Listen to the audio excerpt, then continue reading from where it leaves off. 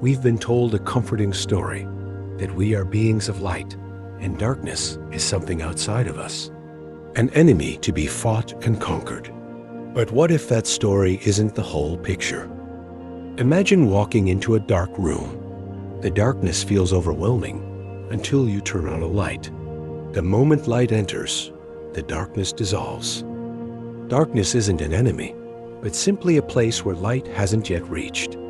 The same is true for the shadows within us, the fears, doubts, and emotions we hide. They're parts of us waiting for the light of understanding. Think of a time when anger consumed you.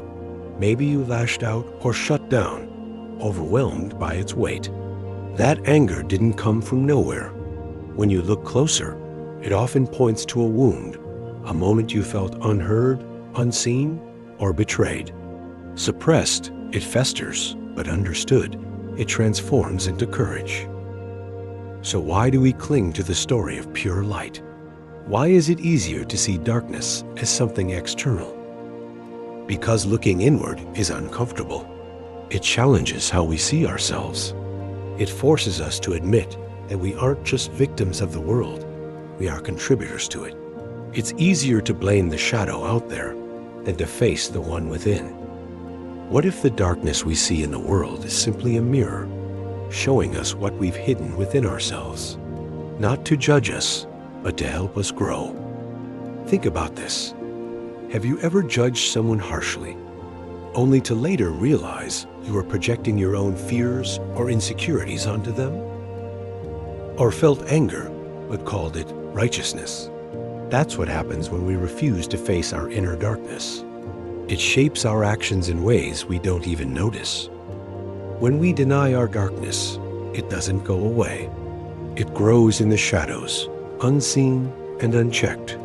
A parent afraid of failure may demand perfection from their child, calling it love, but leaving wounds in its wake. A leader denying their need for control might mistake it for strength, becoming oppressive.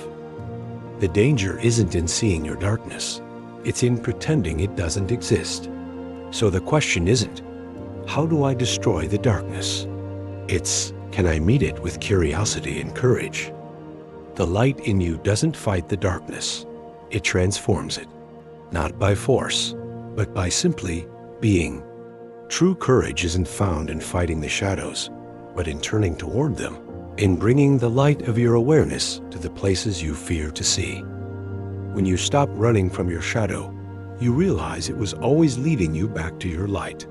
Together, the light and the dark show you the way to balance, clarity, and strength. It reveals the truth. You were always whole, and you were always enough.